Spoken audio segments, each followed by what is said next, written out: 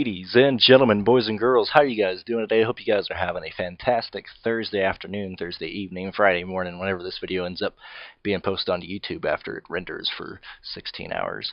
Anyway, so this is my video on cash games, GPP and tournament styles in fantasy sports. I've had a couple guys ask me to give like an introduction into cash games and GPP games and tournament games, kind of go over what they are and everything, and give my opinion on them. So that's what I thought I'd do. I expect that a majority of the people listening they're already familiar with this type of stuff, but I'm just going to give the rundown. So basically, anything that is referred to as a cash game is anything that pays out close to 50% of the field, where your odds are way, way better than playing in like a guaranteed prize pool tournament, where it only pays out the top 20%. So cash games are anything from like head-to-head to double-ups to like triple-ups can technically count as cash games. It's not 50%, but triple-ups can count as well. Quintuple ups technically count as cash games, but that's going back into GPP play. But in cash games, you have a lot more leg room. You don't really have to draft make or break type of guys. It's a lot safer, a lot easier. Your return on investment is way safer in that. And cash games are where, if you're wanting to make money, I mean that's a steady place to make money at. I mean, instead of just throwing random money at GPPs, I mean, you need to, if you're here to make consistent money over the long run, you're going to want to do cash games. And it doesn't matter if you finish first.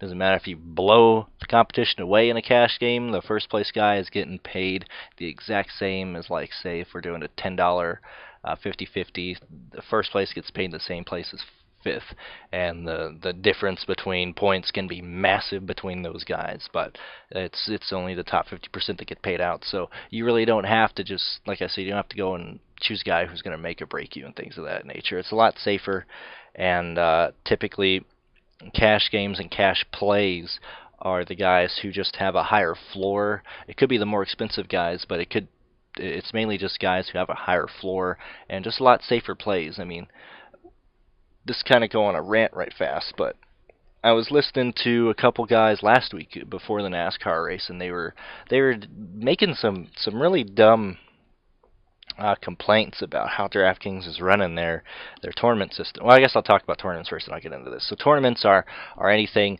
like the Millionaire Maker for the NFL season, the $20 entries, all the ones that pay out roughly usually 29% to 24%, or even smaller. Anything from 29% down is what I would refer to as a GPP, which is a guaranteed prize pool, which is offered by the sites, and it usually pays out the top 29 to 20% of people, and the return on investment is really huge if you like score first. I'm going to throw up a example of something that I did last week that is just a perfect example of this. So like, if you're looking at the video right now, you'll see that I put the picture of the MLB lowball 50K platinum on there from last, what was that, Tuesday? Yeah, it was on Tuesday.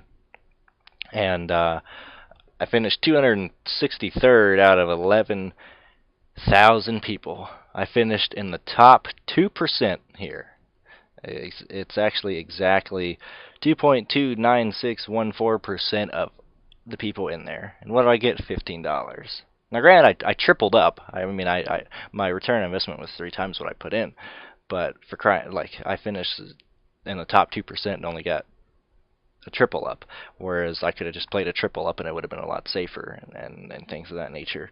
But everything was stacked in this one to where the guy who won it had $10,000, or the guy who won it won $10,000, and it just drops off drastically from there. So GPPs, pretty much, it's just stacked at the very, very top. I mean, the top 1.5% is what is really walking away with money, and that's something that makes a lot of people angry, and I don't understand why. I don't know if they're uneducated or ignorant to what a GPP is, which isn't bad. I mean, it took me a while to understand how to do this, but whenever I enter tournaments or anything related to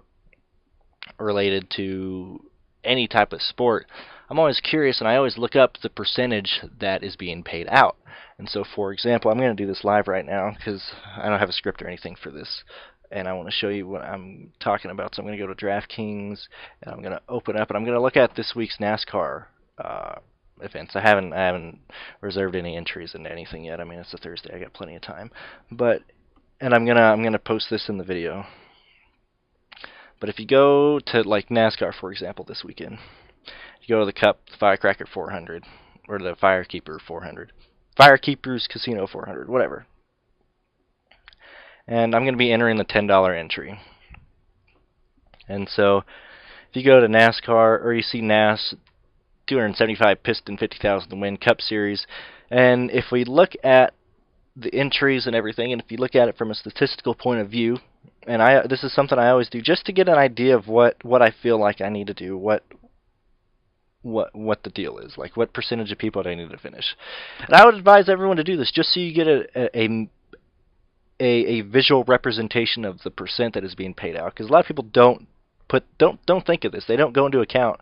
They don't put this into account. They just enter whatever tournaments they want. So, for example, this one is paying out 7,403 people. So 7,403 people is what percent of 32,352? I calculate that, and that's the. So in this contest, they're going to pay out 22.8826% of the people in here. So you need to finish in the top 2%. You need to beat 1 out of every 5 guys. So when you enter a GPP tournament, you have to ask yourself, do you believe your lineup, if you had 5 guys in front of you, do you believe you could beat your 5 guys? Do you believe like you could beat 1 out of every 5 people with your lineup?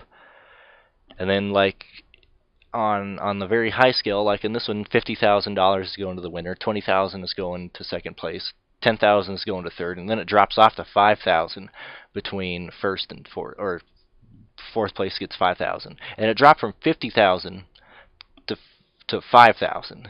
I mean, so fourth place is only getting 10% of what the winner got, and that's why GPPs are so volatile, because you need to pick guys that are going to have an amazing day to win GPPs. And that's kind of where the skill of luck kind of, or the game of skill kind of blurs a little bit, because I mean you can make money in cash games by going off of skill. I mean you could be really good at fantasy sports and all that, but if you're going to win a GPP tournament, you need your player, whether it be a race car driver, whether it be an NFL player, whether it be someone in NBA, like you need one guy to just go off and no one own him. Okay. Anyway, so I was watching these guys talk about it, and they were like, "Oh, DraftKings is I can't believe it. Like we're not making money like we used to. It's ridiculous. Like I don't know what they're doing. They're paying out the top." They're paying out the top 22% of people now. Like back when I started playing fantasy NASCAR, they paid out 29% of the people. Like this is just crap. I don't enjoy this anymore. I ain't gonna keep playing if I ain't making money. I don't like it at all. And all I can say to that is, why are you complaining? What are you doing, dude? Like, what on earth is going on here? I even wrote my notes. Like, if you play daily fantasy sports, you can't complain on how the company is paying out. I mean, let's be honest, guys. The websites are trying to get away from the term gambling just because they don't really like it a whole lot, and they hate being associated with it. But since that bill quite a few weeks ago passed, allowing states to decide what they want to do related to sports gambling and all that, it's kind of helping these guys out a bit. So I'm not as reserved to use the term gambling when I'm talking about this, although I try not to use it. Anyway, this has some amount of gambling in it. Now, and I'm using that in the context to win a GPP. You need luck, okay? You need luck to win a GPP. I mean, you can make it with research and everything, but you need all your guys to go off, and you need someone that no one owns to go off like that, okay? And I don't know, it's guys, it's not DraftKings' fault if you don't cash, okay? It's not the website. Don't hate the game. I don't mean to be like that, but if you're not cashing on DraftKings and you're like, well, I'm gonna keep using NASCAR for example right now, then I go into the NFL later. But say this last week at Pocono for the Cup Series, anyone who had Chris Buescher was a genius. Okay, not a lot of people had Chris Buescher. A lot of people had Denny Hamlin. A lot of people had Eric Jones. And then there's some guys who are mad on Monday being like, this is so dumb. How did I not make money off? Eric Jones was in such a good position. Like Denny Hamlin was in such a good position. Well, yeah, he was in good position, but this is a sport. And nothing is for sure, dude. There is absolutely nothing sure about this hobby, about this profession, about this time that you're putting research and stuff into. It's just not. Like, I don't understand why people enter this and then get mad when they don't cash in a GPP. Like, you do understand you have to beat 1 out of every 5 people you're playing with. Personally, I like poker. If I could play poker, I would totally do that over fantasy sports, just because that's way more entertaining for me. I love poker, but I can't do that, so I got to play fantasy sports. So I look at it as an aspect of I'm going to a casino, and if I sit down at a table to play poker with people, I believe that I can beat everyone there. You have to go into the situation thinking like that. You have to. If you're going into anything related to fantasy sports, related to going and playing poker or anything, you have to go in with the mindset of, I'm going to beat people. I believe in myself. So when you make your lineups, act like you're walking into a casino about to play poker. You have a table of 5 guys in front of you. Winner take all. Do you believe that you can beat the 5 guys in front of you with your lineup? I don't care if you have what looks like good plays. I don't care if you have guys that are like obvious plays who are like going to do good. That might not be enough, okay? You might get second, but you need that ace in a hole. You need that lower owned guy to win a GPP, and you need him to go off. I just went blank on an NFL player who did that this last year. I can't. It's not DeMarco Murray, but the running back for the Tennessee Titans. This last year, Murray hurt his leg or something, and they started the second string running back. And this dude ran for like 130 fucking yards and scored 2 touchdowns. I don't remember what game it is. I could be wrong on the player entirely, but I know this happened maybe like week 7, week 8, week 9 last season. And like no one had him. The guy who won the GPP won because he had this guy that was owned by like 0.2% of the people, or maybe not that low. I think it was more like 2.3% of the people. Out of 200,000 entries, 2% of the people had him. And this guy got over like 100 yards, 2 touchdowns, like crazy, okay? Everything, all the research pointed that that guy wasn't going to have a big game. Like nothing pointed to that. Otherwise, everyone would have taken him. But I mean, just sometimes you have to take risk like that. That's how you win these GPPs. So I'm a GPP player. Like I can go in and play cash. I don't have to even really do research on that. I'm trying to win the top dog thing in a guaranteed prize pool tournament.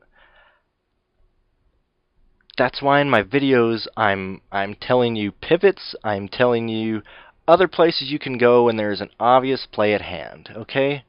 Okay. I've had some people say, well, why didn't you do that? Or like, Michael McDowell and Ty Dillon are a perfect example of that this last weekend. Everyone I knew picked Ty Dillon.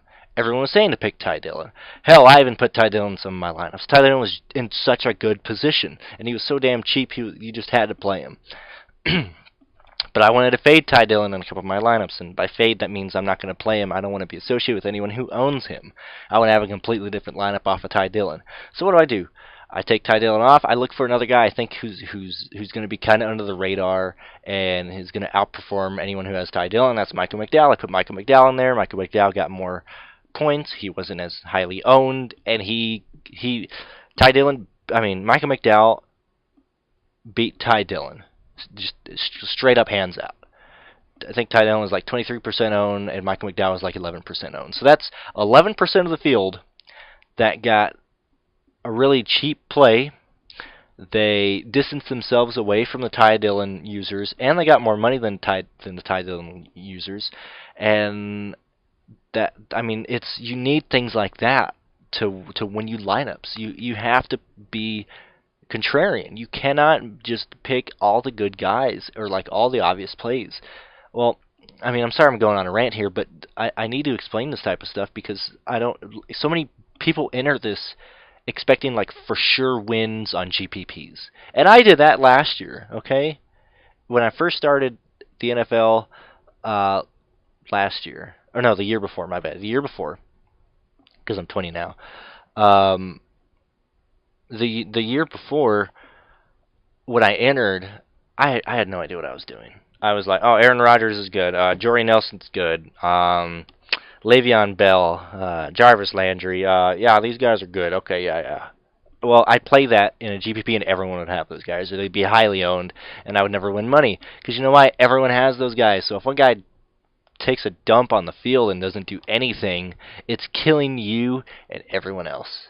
Okay, you have to be contrarian playing GPPs. Cash games,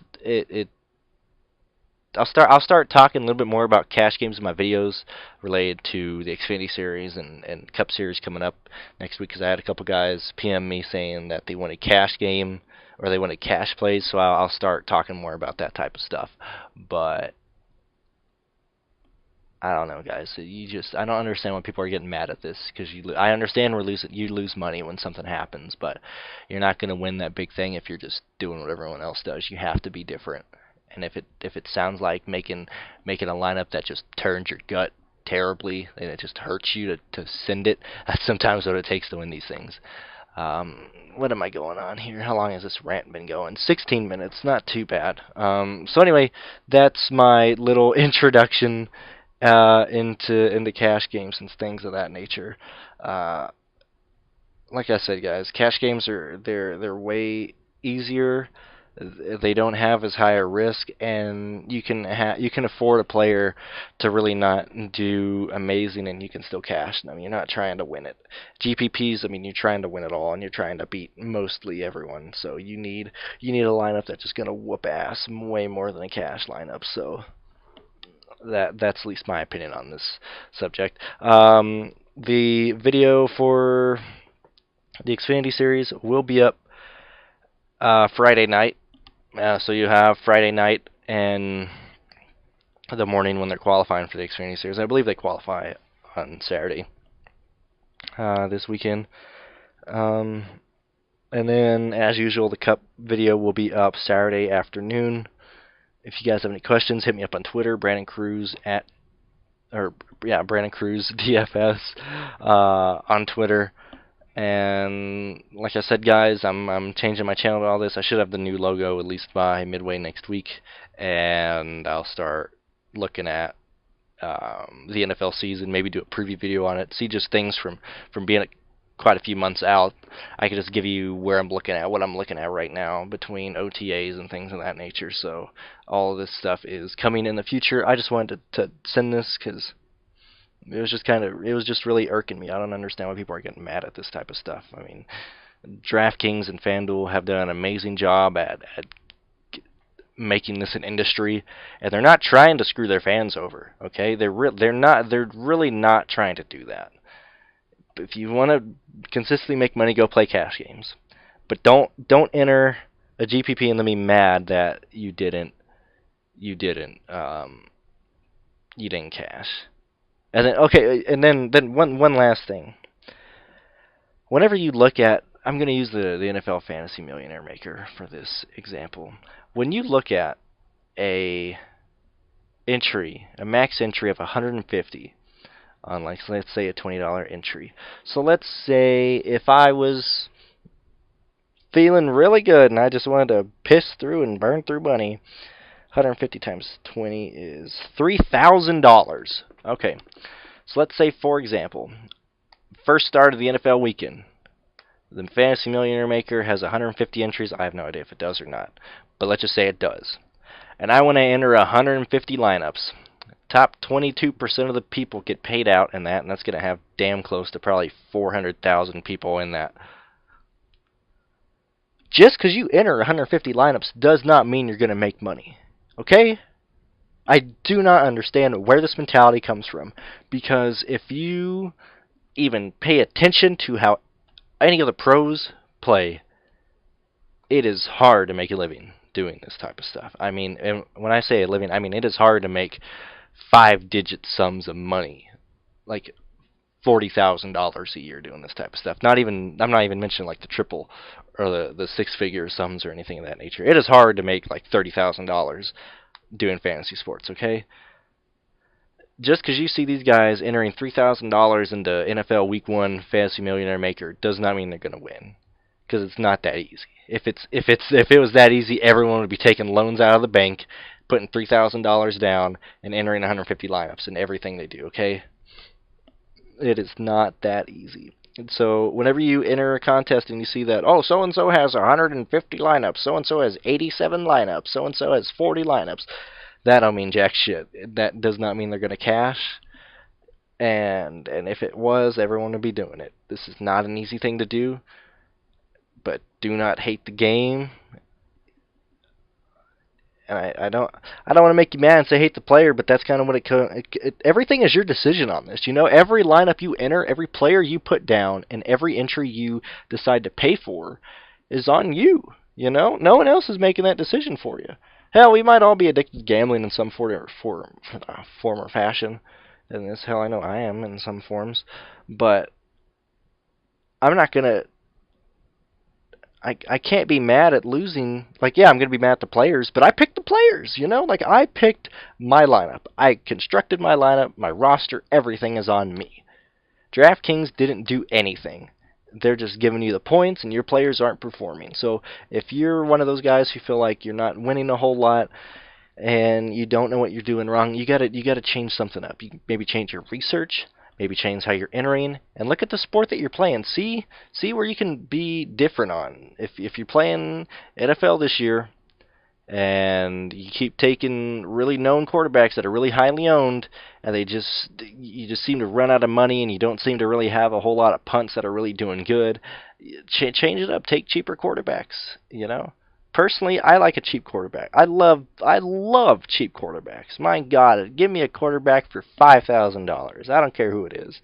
I will take them any day of the week, any time, any year. Check this out. I played Deshaun Watson in his first ever game last year. God, this guy was like $5,000, and he whooped some ass, man. He whooped them, and no one had him, and he was probably one of the best plays that weekend in terms of quarterbacks. So that's how I look at it, guys. You have to have different plays when you're playing for the big money. If you're playing for cash games, just play it safe. Play guys that you know are going to have a high floor and that can give you money, or that can give you points, and don't look for someone that's just going to blow up, you know. You just want a good, solid lineup. You don't have to take a whole lot of risks. Don't feel like you need to take a whole lot of risks when you play that type of stuff. Well, anyway, this turned into more of like a rant video, so I do apologize for that. I'll probably have to remake this one in a much shorter time frame, but I just wanted to put this out there. Hope you guys are having a fantastic day. My next video will be up Friday, which is either today or tomorrow when the video comes up. So, see ya on the slates, guys.